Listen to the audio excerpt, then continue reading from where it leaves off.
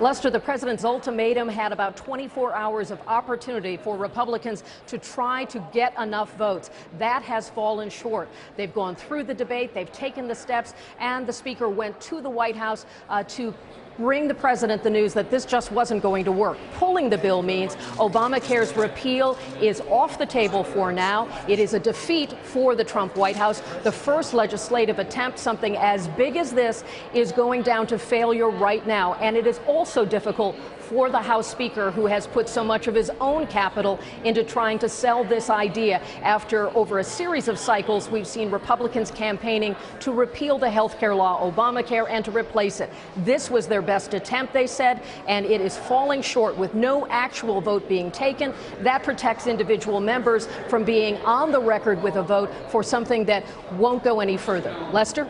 All right, Kelly, thank you. Let's go right to Kristen Welker at the White House now. Kristen, as we noted, the president yesterday said the vote is going to happen. If you don't like it, we move on. Did they essentially call his bluff?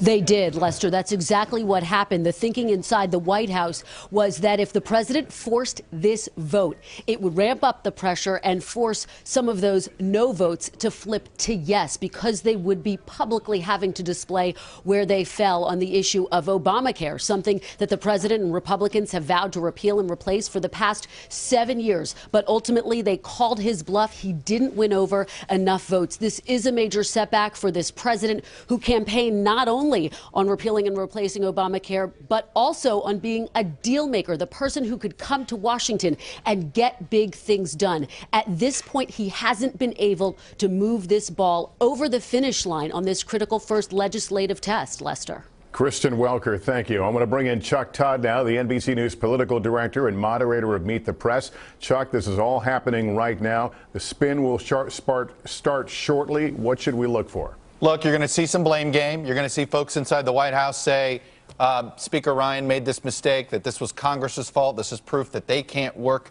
They can't get this. They can't work in this new environment. You're going to see blame game from Congress to say, you know what, the president didn't make a huge effort on this. 18 days of focus on health care is nothing. President Obama focused 1.5 years on it. It takes a long time. The question is going to be, what lessons does the White House and Speaker Ryan take out of this? Is it mean that Obamacare, the idea of repeal and replace, is that now permanently dead? And what does that mean? How do they go about it? There's certainly a lot of people that want to fix it.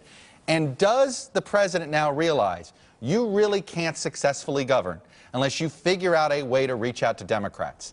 That was the real reason why Republicans were in this box, because they were trying to pass a bill only with Republican support.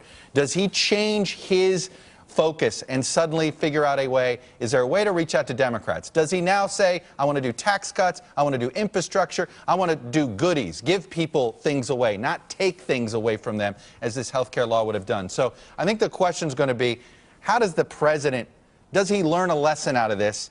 And how does he apply it going forward on the next big item, which in this case is likely tax reform?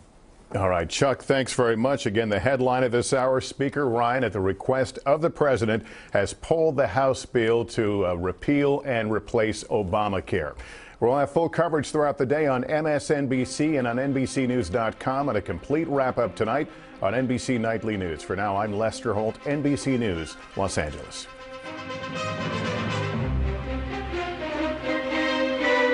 Hey, NBC News fans, thanks for checking out our YouTube channel. Subscribe by clicking on that button down here, and click on any of the videos over here to watch the latest interviews, show highlights, and digital exclusives. Thanks for watching.